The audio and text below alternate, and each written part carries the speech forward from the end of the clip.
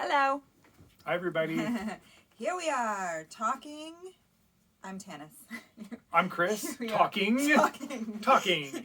Tanis and Chris from Tanis Fiber Arts. We are yarn dyers, and I am a knitwear designer. And today we're here to talk about a brand new yarn called Grassland Sports. Very exciting Sports. for us. I added an S. Sport. Grasslands. Grassland Sport, which we will be talking about on our show, Talking. We are good at talking, and we know what we're Experts talking at about. talking and communicating. Right. So, here she is, folks. So, behind us, I'm just setting the stage. We're down in my office today. We often film upstairs. Today, we're down in the office. This shelf, this is all the new yarn. And what's so special about this yarn, you ask? The main thing is that it is 100% Canadian.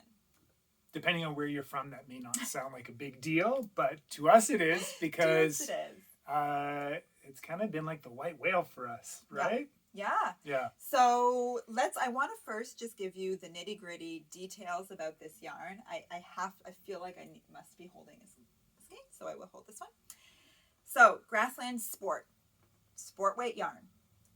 Also seen here. Correct. Pretty close. It is 300 yards and 100 grams. It will retail for $39. The gauge, I'll be listing it at 24 stitches in 4 inches.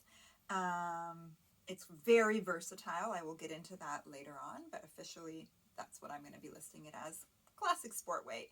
And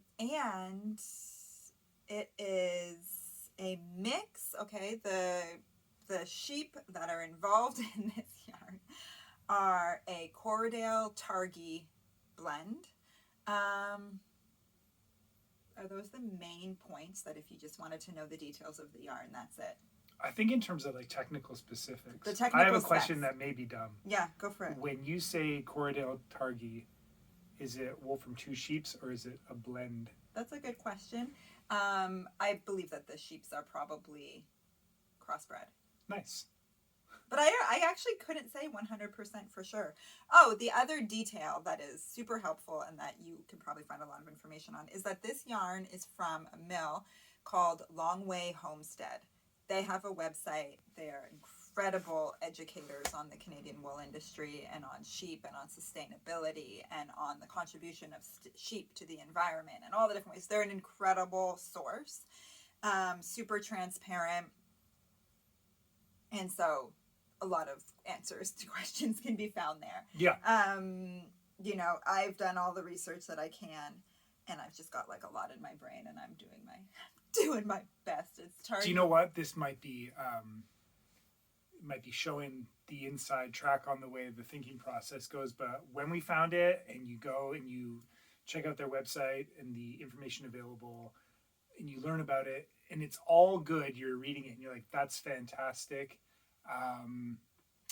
It's almost the same as when you're like, if you're looking for, ingredients that are nicely sourced for cooking and stuff, it's super reassuring to see all these good things. I don't ever profess to be like a massive expert at, sheeps? At sheeps, yeah, at the back end of our business. But when you're working with something that's super easy to stand behind, makes it really, really interesting and exciting for us. Yeah, we are not sheep experts. No. I'll admit it. No. We are not the experts of sheeps. But Anna at Longway Homestead is. Yeah. And so, thank you. Her yarn is absolutely beautiful. So the sweater that I'm wearing is called Oblique, designed by Emily Green. And I knitted in this yarn. So, my gosh, I feel like we have so much. We're so excited. We have so much to talk about and to why this yarn is special for us. We're not organized. Orderly fashion. The first thing I wanted to talk about then, I've given the details. Sport weight, and what I want, so I said I would elaborate on the gauge.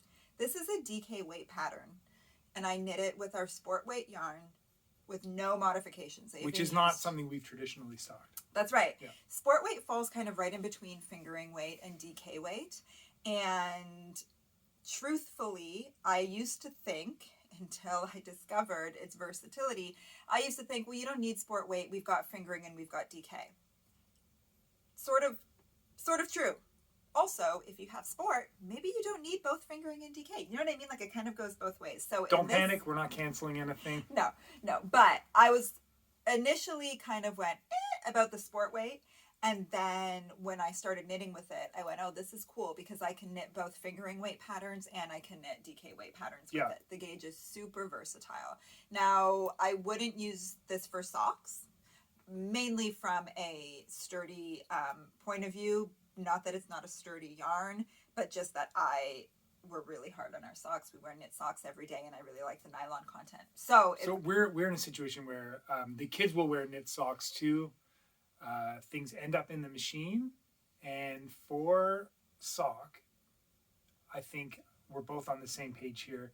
You prefer like a bit of nylon in there, as opposed to something that's, pure wool, feels amazing but won't wear as hardy. In an area like sock where there's a lot of abrasion and it could get felted as well, and stuff like that. House socks, maybe just like more of a slipper sock. Regardless, I'm just specifying that because I'm saying it's so versatile. Use it for all your fingering weight projects. I'm a big sock knitter, and one of the big things that I use fingering weight for is socks, and so I just wanted to be clear about that. Sweaters, shawls, hats, absolutely, I would use it for any of those things. Mittens. I would use it for mittens, yeah, for sure. And cables, lace, stockinette, garter, I would use it for anything. It has a really nice leg warmers, a cape. Capes. Hooded cape. All your capes, all your hoods, definitely. It has a beautiful stitch definition, but it also has, so like your cables are going to pop, no problem. Your lace will show. But it does have that sort of semi-thick, thin quality that like a home spun yarn would have. Yeah, so we were talking about this tan spins. Not a rustic quality. And sometimes when you're spinning, you'll get, and this is like a part of the charm of it, is, like really thin sections to thicker sections, and it comes out in the knit. Like when you see, if you swatch it out, you can see like the difference in the size there. And that's not really what we're dealing with here. Like it's a uniform size with variation that doesn't really exceed certain levels, right? So you have like a hand spun feel to it almost without it being unruly or it's not going to affect your gauge. You're not going to have light spark, like I'm wearing it. It just looks like beautiful knit fabric. Yeah. But I will say one of the reasons why I chose this pattern to knit my sample in, because I was really excited when I first saw this pattern, Oblique by Emily Green. I thought it was really cool, really pretty, but you could tell just by looking at it that one side of these the way that the shoulder and sleeve, the yoke is constructed, you've got knit two together here, and on the reverse side, you've got your SSKs.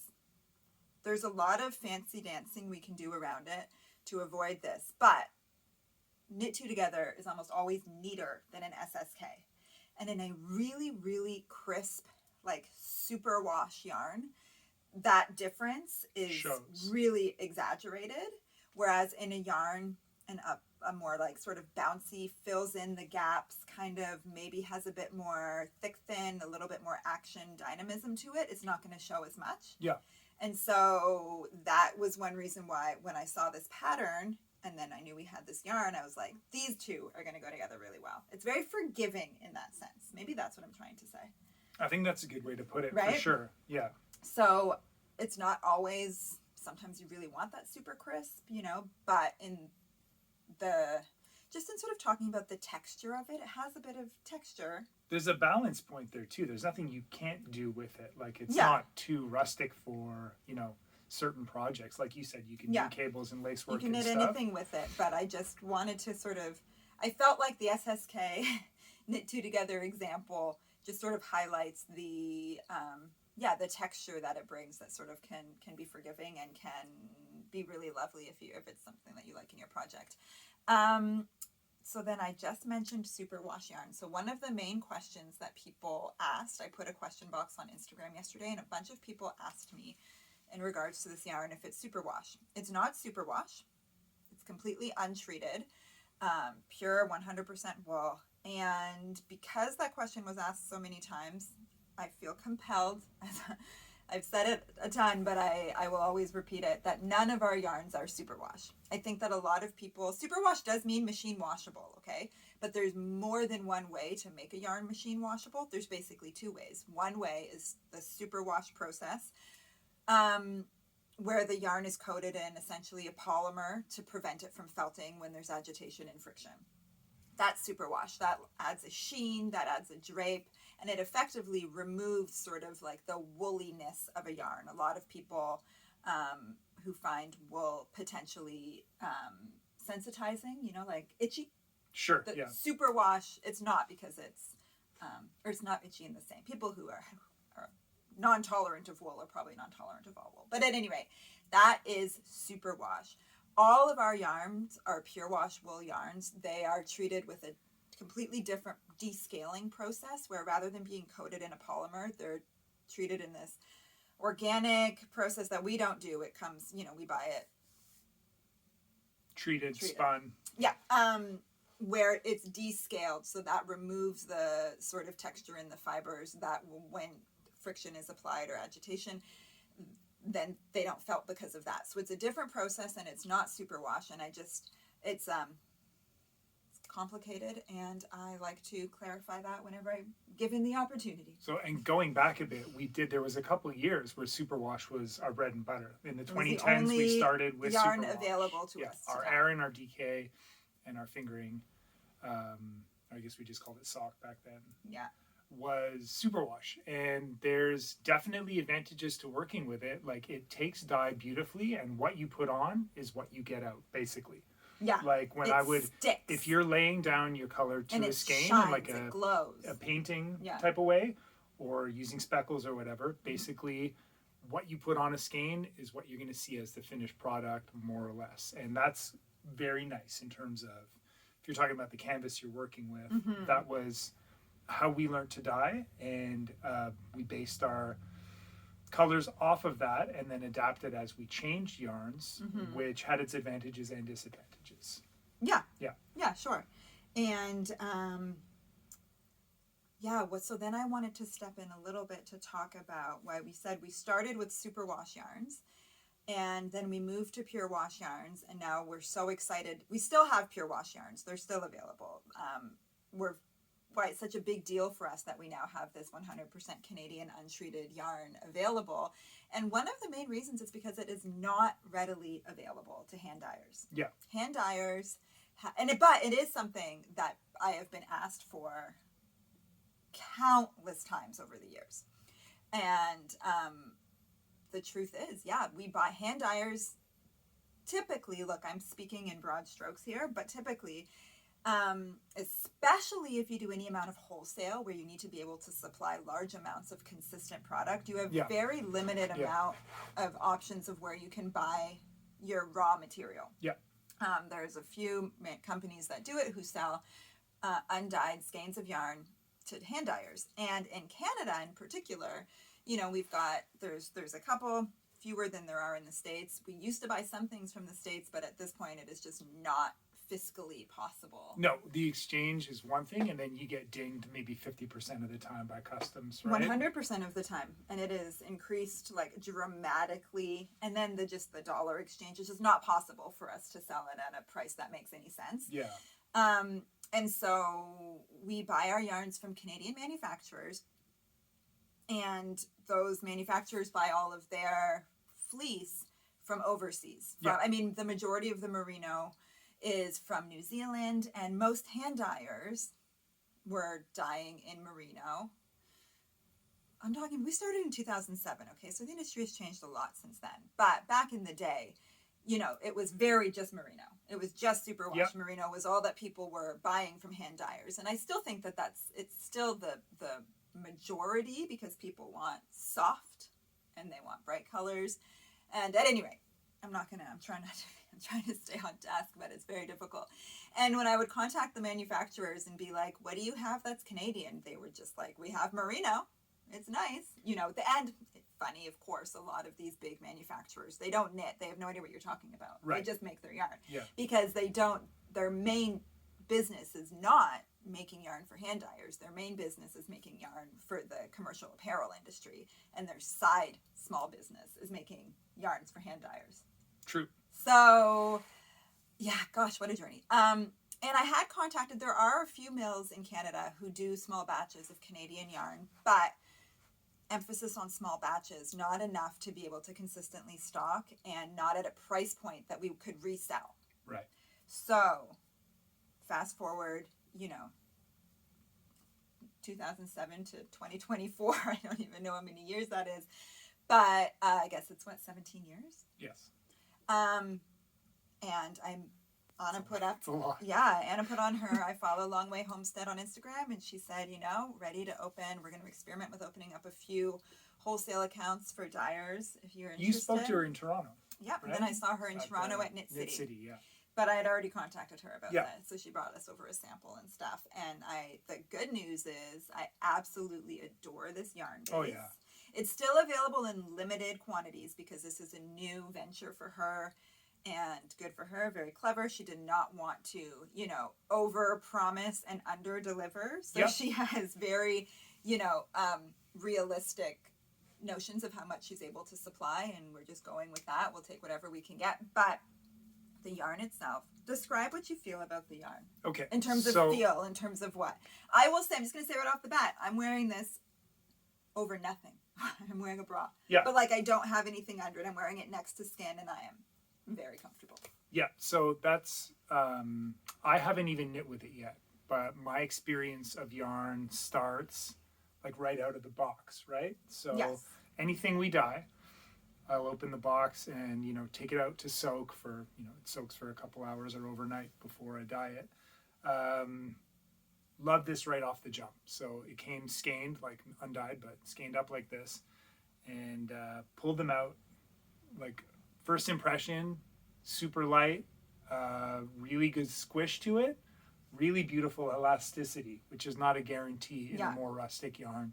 I'm saying more rustic just in the sense that it's do you want to hold up, grab one of the Pure Wash, grab that plum over there in Pure Wash DK. Okay. So this is Pure Wash. Also a super beautiful yarn, right? And yeah. Just the different, we're just, it's not good and bad, it's the differences, right? That's what we're talking about here. And personal preference, and I can tell you which side, for things that I wear, I'll explain why I lean more to this. So let's put it a bit closer. You can sort of see the smoothness of the Pure Wash DK. And almost a silky sheen to it. I don't know if that's going to come up on camera or not, but there's more of a matte finish to the grasslands. To the grasslands. But the bounce, okay, go like this. I don't know if you'll be able to put it on the... Yeah, for the elasticity. So I was super impressed. We were scanning a bunch of this up in the room before, but it's got a good 3-4 inch pull there on the skein, and then it bounces right back. And it's also the type of wool where, you go to, you're finished your knit and you go to soak it, to block it, and you fill up your basin with water and you put the sweater on and it just floats. Yeah. Because of the lanolin and the water resistant properties. So a few more things about that. So, I'm working with them. You got to put them into bins neatly. If you throw them in, then you're adding hours of work once they're wet to get them back out for dyeing. And your hands end up coated almost in it's like a moisturizer effect from the lanolin. Yeah. There's no odor to it. It's not like a heavy sheepy smell or anything. And it's not a greasy feel. You don't feel it on the strands. No. It's just in the experience of working with it, you come away and you're like, oh, I've just had a paraffin hand There's some yarns we work with, when you're scanning them dry and stuff, it fills the air with dust and particulate and stuff. And, fiber. Certain ones have inherent smells to them, and this is that's mainly the willow, the linen silk. It's the silk has that's right. a different odor when wet. Yeah. Well, the wool has a different odor when wet as well. We're just particularly accustomed to it. So this I cannot wait to make a sweater out of this yarn, because for me it's one great hand feel. It's got that lanolin texture to it, so you can tell that it's going to breathe well. Repel water well if you're wearing just a sweater, or if you had knit a hat in it. Temperature control. It's got all the things that you can lose from wool with superwash. So whatever benefits there are to being able to throw it in a machine and whatever, not think about it, treat it more like regular clothing. they are kind of lost. Like the beautiful side of wool is really showcased when it's less treated. Yeah, absolutely. Yeah. So, and for me, I've said this a bunch, but a finished garment for me, I'm like 6'2", got long arms, that a sweater, if I knit it, and I have in superwash yarn, is a very heavy garment. It's going to drape a lot. It's going to be heavy. And then I've knit in yarns, not this one yet, but similar ones with a similar feel. Brooklyn Tweed is one that I love. And also we have a personal favorite. It's from a little sheep farm in Nova Scotia that every time we go by, I make a point of getting enough yarn for a sweater there. That it's got like the lighter, airier feel. So it's a big sweater, but it doesn't hang as much. Yeah. And just to be clear, because we're very confusing about stuff like this, one of the reasons when we switched from superwash to pure wash was because of that. Because the pure wash yarns retain the woolly qualities. The woolly qualities. Yeah. But I will say, they're somewhere in the middle. They don't retain it to the extent of this yarn. No, that's right. This, it's real. Anyway, in terms of softness, this is a question that comes up a lot about untreated wool and yarn that isn't merino. It's very difficult for somebody like Chris and I, who have zero sensitivities to wool, to just say it's really soft and then have you believe me. Like I said, I'm wearing this on top of nothing, like it's next to my skin. I find it super comfortable. I would say so. It's got more texture than a superwash yarn. It doesn't have like a silky feel to it, but like on an itchiness scale, I'm giving it like a 0 on 10. Like it's nice, you know. I don't think. Yeah, and I mean, it's kind of one of those funny things because you could also say like mohair is incredibly soft. Yeah. But it could be, if you're sensitive to sort of like loose fibers, like it could be ticklish, not in an itchy way, but aggravating. Yeah. You know, like some people do not like to wear mohair. Yeah. I think it's sort of, if you know, you know. If you know that you like wool and that you can tolerate wool, or if you know that you love the qualities of wool, but you don't like to wear it next to your skin because whatever, just make sure that you knit yourself something looser that you can layer over a t-shirt or whatever. And if you don't know, if you've only ever knit with merino and you don't know if you like different blends of yarn, then start with a smaller project. Experiment with something smaller, something that you don't have to wear right next to your skin. Like maybe not a hat, because that's really... Mittens or gloves would let you know. A scarf too. Gloves, you're knitting gloves as your just not your low commitment project is gloves. What, is that hard? Well, I've never knit gloves. Yeah, a lot of fingers on gloves. Maybe like, you know, a single skein, and maybe you get, I don't know, a cowl or a hat or something just to experiment and see what you think. I feel like, I know our kids do wear hand knits, but I don't see any of them objecting to a sweater or a hat in this. It's beautiful. Our it feels kids lovely. are tolerant of it for sure as well, though. So on the softness scale, I would definitely say that it's something that I'm not... Let me see. I'm going to grab one of these here. Do a hand-by-hand squish comparison. I mean, it's not merino. It's not what you're used to if you're used to pure wash. Yeah. There's a difference. There's more of a process. It's hard to say that it's more softness. of a fibrous feel to this. It's hard to say that soft is the thing. It's more woolly. It's got a bounce. It's airy. It's woollier. Yeah. Yeah. I love it. I love that type of thing. And I really love this, and I'm not sensitive to wool whatsoever, and that's all great. If you've knit with Brooklyn Tweed is the biggest sort of like, to me, it's a good comparison because it's a very similar hand feel. Yeah. This is worsted spun, so it's a 2-ply worsted spun, and because I've been talking about Brooklyn Tweed, and it's woolen spun, so it's a different type. It's like where it's like we don't have to talk about that. But if somebody asked me if it was worsted or woolen spun, and it is worsted spun, so I can confirm that. A big question that people had, I'm going to read it out to you. I combined a bunch of the questions because it's like a multi-step question. Tell me what you think about this. Okay, would love to know how it takes the dye. Is it a tonal or a solid? Is it saturated or muted? Did you have to change your process in dyeing? Right. And will you be able to replicate existing colorways, or are they all new colorways? That's all super interesting from my dyer's perspective. Yeah. It's every single base we've ever worked with, you can't just dive in thinking whatever recipe you use is going to translate. So to achieve every single base. Single base requires it's even. And you know what? Batch to batch with the same from base. like pure wash worsted to pure wash fingering, which are both 100% merino. Absolutely. There's little tweaks. So Chris, we've talked about this before too. I'm going to try not to be so tangential, but I'm a tangent queen. We've talked about this before where Chris is an artist, not a scientist. Oh, and his approach to dyeing. I cook the same way too. That's why I can't bake. Yeah. It's less scientific than Tam would like it to be. No, it's fine. I just take new pictures if it doesn't turn out the same. But so just to say, so what you were saying, if we have requires tweaks, 2 different weights from the same manufacturer, it's not going to be. Yeah, if you have 8 skeins of each or 6 or whatever, they're not going to dye with the exact same quantities because of the density of the yarn. Things work out differently. Yeah. And that is true for this yarn as well. Absolutely. So one of the main things, right off the jump, I was going to be sensitive with temperature and heat. Yes. You never want to boil your yarn. Obviously, you never want to get super crazy with the heat. But we use acid-based dyes, and they set with citric acid or vinegar and heat. So the idea is to get it to fully set and not using more heat than is required. Mm-hmm. So I go slower with a yarn like this that's untreated, just assuming it's going to be slightly less forgiving temperature-wise. Because you don't want to. You don't want any kind of felting or change. You want the texture to be the same going in as it is coming out. Yeah. And a big part of that too is no temperature shocking. You don't want to take it out of hot into cold. You gotta let things cool gradually, and that's fine. I allot all the time for that. Super pleasantly surprised in terms of using our template for dye recipes.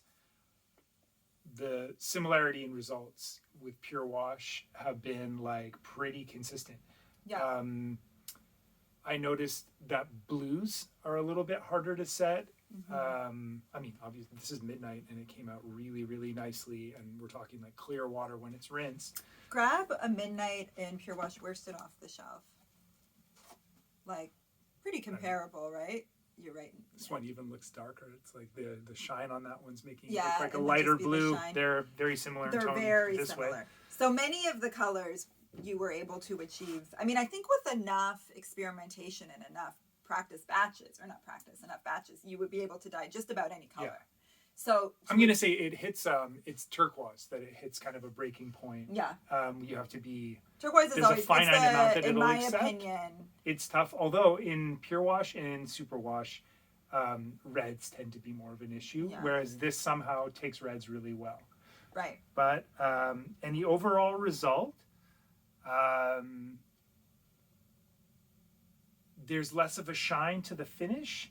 Mm-hmm. But it takes things really consistently. And sorry, the part of the question, was it tonal or? Yeah, so tonal. I don't know if she meant specifically the colors, because I had put this question box over a photograph of a bunch of colors. So I don't know if she meant, because it's sort of there. I would say every single one of our colors are tonal just by nature of being hand dyed. Yeah. Even if they're, submersed, dip dyed, and when they come out, just the nature of hand dye is that there's a subtle tonal variation. Yeah. So I would say that they're all tonals. There's very few, we don't really dye multis, like multicolored yarns. I will say this color, the way that we dye, we layer color down. For some of our colors, we dye a lot of different ways, but we layer color down and then put it into an overall dye bath. And this one has a bit more variegation to it. So there's some of them, but that would be illustrated in the photos of the listings. But there's not a stripiness to it like you would get with the superwash, or like I would get with the superwash. The variegation is more subtle than it is with superwash, because like we were saying with superwash, you put the dye down and it like sticks right away. Whereas here, things with this type of, there's more of an even blend, yarn, which is something that for years we've been going for. Yeah. Because it's like, to me, people say, I mean, the superwash suck, and I'll call it how it sucks in the dye right away, how it sticks. It's a pro and a con You can get generally, some, you can I get would some say it's spectacular. I find it really difficult to work against because you get beautiful spectacular skeins, skein results and then really stripy knits. really difficult to predict how it's gonna work up. And yeah, anyway, I mean, you know, that's personal preference as well, but that's something that I find I'm always battling against, and that's why we don't dye multis in general. This week was our first week doing this. I haven't done much speckle experimentation yet, though, although it did seem to take with the one or two batches. I'm showing, this is the speckle. I don't think, to me, this isn't its highlight. Yeah. So when we speckled on it, and he did one speckle batch, okay, so this isn't like exhaustive I could tweak research. my process and definitely get it to come out more. And it's variegated. There are speckles on it. There is... But I just don't think it shines the way that it does, the way that speckles dye or, you know, shine on other. This is a beautiful skein. I just actually really love this color, this tone as well, you know that. So I'm drawn to this one, and I feel like this was successful. But I don't think that speckles are the direction. No, I feel like what it's going to highlight in this is like what I would typically look for in a sweater. There's going to be... They look more heather. Well, again... Here you are. So this is the pink one that I was showing before that, you know, the variegation is really quite subtle. You've just got nuances of colors and tones, and you've just got sort of a little bit of light dark going on. Same with, this is our cloak colorway, the purple, and I love the way that it looks heathered. It looks like, what other colors do I think really shine? I mean, I love all of the neutrals, you know. Yeah. I love every color. I mean, you know. But you know, you get the heathering. You get the heathering from the neutral too, and we've discussed this a million times. Like, why are you getting hand dyed if you want perfect consistency, right? Yeah. Like, if you don't have the nuance that makes it handmade, if that's not showing through, then maybe a commercial yarn is a better solution, right? Yeah. So like. It reads, as you can see in tan sweater, it reads as one color. Up close, you get to see all the variation and stuff. So it's like you really get the best of both worlds. I think so. Which is why we dye yarn, right? That's it. I think that answered all those questions. So new, are we replicating existing colorways, or is it all new? And I would say it ends up being kind of a combination. 80% are doable. Because look, we don't waste any yarn, right? And we don't set out with like a fixed list of what we need to have available on this yarn. You know, I wasn't like, here are the 10 colors you have to dye, and you have to dye as many batches as it takes until you get this right, and this is our collection. It's like, we dyed many batches. If it doesn't set well or requires too much heat, we're probably going to skip it. You know, if it's a color that's too difficult. Or if you dyed, we have some, I can't think of right off the bat, but there was something that he dyed, and then we weren't nuts about the color. Yeah. And so we over dyed it another color. Which always gives good results. Yeah. Which always ends up nicer. And then some colors you're going for one thing, and then something else comes out. Yeah. Right? And so whether some of them are like, this is, a lot of the names will be familiar to you. You know, yak, smoke, suede, robin's egg. These are all colors that we dye across multiple bases. And then some of them, if they're wildly different from what they were intending to be, we'll just get a different name. But everything is photographed and posted, you know? Yeah. So it's, this one turned out, I see, we really like playing with this. This is olive. This is a color we haven't dyed in ages, but I just really felt like it would shine on this base, and I think it does. It's very pretty muted. Yeah, we did a good handful where I was actually putting the color down on the skeins, more in what, like the style we used to do a few years back, and it lends itself nicely to that because you get an overall blend. Yeah, it blends. Yeah. It's all very soft. Yeah. Soft edges is what it is, eh? Yeah, taking colors super well though, and everything. The water's running really clear on them and stuff too at the end. So, yeah, loving it. I think that's most of the questions that people asked. I covered the details, so breeds of sheep, softness, and stitch definition. Those are all we talked on that. How's it different to the previous yarn? We've never had a yarn like this. The closest thing that we've had to this in terms of its sort of overall vibe is when we had Highland DK? The Highland DK. And I would say that it's quite different. Yeah. What?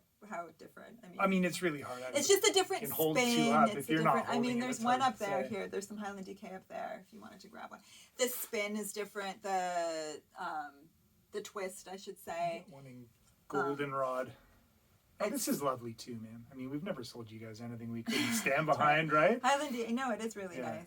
It is a really nice yarn in terms of softness. I'm giving it to this so one on the hard edge to- over feel. Like if I was like right now deciding on a project between two. They're different. This is 2-ply. This has more plies. This is a 3-ply. And so it's just spun differently from thinner. You know, the construction is different and then the overall feel is different. Yeah. But this was another really nice bouncy 100% natural. Or natural, Yeah, like you untreated. said, this was the closest comparison. Yeah. Kind of feel-wise. This feels a little lighter, which I really like. This one has more... that has a bit more, I was going to say consistency. Is that what it is? Maybe. It's very equal. Yeah. It doesn't have the texture that I was trying and probably failing to describe earlier. What types of patterns would I choose to knit with this? Well, I would choose, you know what, nobody asked that, and I had this, I feel like I already just kind of talked about that, but at any rate, like I said, patterns that lend themselves well to a nice little bit of texture. I brought this. I don't know how helpful this is. I wanted to have some examples of things that I thought would work, but this is a pattern that I designed for Brooklyn Tweed like a decade ago. It's called the Reverb Cardigan, and I guess I wanted to show because I felt that you can see really crisp stitch definition in cables here, and I think that it would be beautiful in... Although now that I'm saying that, this is a worsted weight pattern, so this wasn't helpful, other than to show another example of sort of the What similar this type texture. of yarn looks like knit up. Yeah. Yeah. And I really, you know, it's lovely. I've been wanting to knit a hat, and I think because of the sport weight, I mean, maybe I'll just design a hat specifically for it, or if I were looking for a pattern, yeah, the door's wide open. I may do a fingering weight or a DK weight hat pattern. I need to knit some Color new hats. work would be really, really beautiful. My hats are worse for wear, and You ready for a new hat? yeah, not a new pattern, that's for sure. I stick with the siege pattern. Okay, well, knit Yeah. yourself a siege hat in this. I That'd be will, for sure. perfect. Yeah, it's like I said before with it really feels like it'll let heat out while keeping you warm. Yeah, yeah. It's got And it's like light rain or snow, it's going to repel that because Yes. of the lanolin and stuff. So, yeah, looking forward to using it for sure. somebody asked if it would work for a Jethro, and it totally would. Yeah. Because you could definitely get the DK weight gauge, and you could make yourself a beautiful Jethro with this. We spoke to someone else this week. We had this summer we were talking to someone who loves knitting, was not too keen on perfecting her granny square technique, and essentially subcontracted out the granny squares, which Yeah. I thought was hilarious. Yeah. And someone else was talking about that this week. Yeah, Just, a can't lot remember of who, but people. do one or the other, and so it's like a good collaborative Yeah, effort. I've gotten messages from quite a few people who have.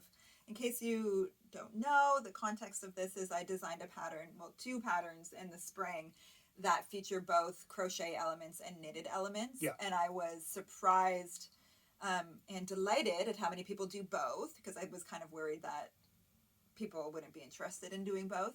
They either do one or the other, or if they do one or the other, they'll just like do it with a friend. Yeah, which is super is fun. really cute. Yeah, but if you do know how to do both, I'm saying a lot of doo-doos I here. know. Chris, I was thinking that too. I was going to call you out on the actual doo-doo, but then thought it was too juvenile. It is. If you can make the granny squares and a sweater seems overwhelming, if you're just doing 1 or 2 at a time, you've got your stack eventually, and then putting them together is not that bad. Have you ever made a granny square? Heck no. No I idea would what do I'm that talking for you. about. I would be your granny square maker. That's right. Yeah. Anyway, so I feel like we've covered everything we needed to cover about this, have we? As long as people get the correct impression that we're super excited, we love it, we're going to take as much of this as we can get our hands on.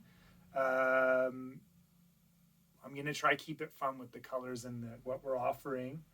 Definitely we had in mind now, because you're putting some up Friday, right? Yeah. So I don't know what that means in terms of timing for this. I guess This will go up today, Yeah. so you can watch it, and you will be prepped for tomorrow's are update. September the 19th. So We're yeah. Thursday. We're September dropping 19th. some tomorrow. The first batches. We definitely went for fall colors. just because that's what we're feeling right now. It's just our vibe right now. Yeah. I mean, we always say that, but we've got a lilac isn't particularly fall, or, you know, a jewel toned kind of emerald. This delightful isn't that fallish. Look at this color. It is to me. Oh yeah, so like I said, I was saying we were having trouble with turquoise. So I picked one of our most turquoise and sea breezy colors to see if I could get it done. And Turned out stunning. Slow and leaving it long enough to set, like, and not being too crazy with the heat. It came out beautiful. Like that's exactly what I wanted from it. Yeah, that's a really nice color. Yeah. If you're a TFA fan primarily for the colors, I would not worry about anything with this yarn. It's beautiful. Yeah, I do think that I tend to think that like this yarn is, I predict people making sweaters with it, so then I try to think about, you know, what color are people wanting to knit their sweaters in, and there's less hot pink and more kind of jewel tones, neutral tones, wearable. Of course, we make beautiful hot pink sweaters too, so it's kind of a weird. That's why it's so difficult to choose what color to make stuff available in, right? Yeah. Because, you know, you can make your sweater in whatever color you want. I don't even know. Yeah, you can have an endless amount of like muted neutrals, I just don't even know what someone to say. is still going to need a neon green. Absolutely. For like a standout sweater. Yeah, so, you know, we do our best to give you a little bit of everything. And I think these colors all turned out great. If there's more questions, pop them in the comments. Send me an email. Message me on Instagram. Do whatever you want to get in touch. I'm happy to answer your questions. I hope that this was informative. The biggest thing for us, just so happy to support. I hope we made it super clear. The sheep are Canadian. The mill is Canadian. We're Canadian. Like, this has not left the country. Also, they care about what they're doing. They've put thought and love into every step, and it's like so nice to get that and then do our thing with it. Yeah. So yeah, it's very, very cool. 100% behind it. Really excited. Hope you guys love it as much as we do. Thank you guys.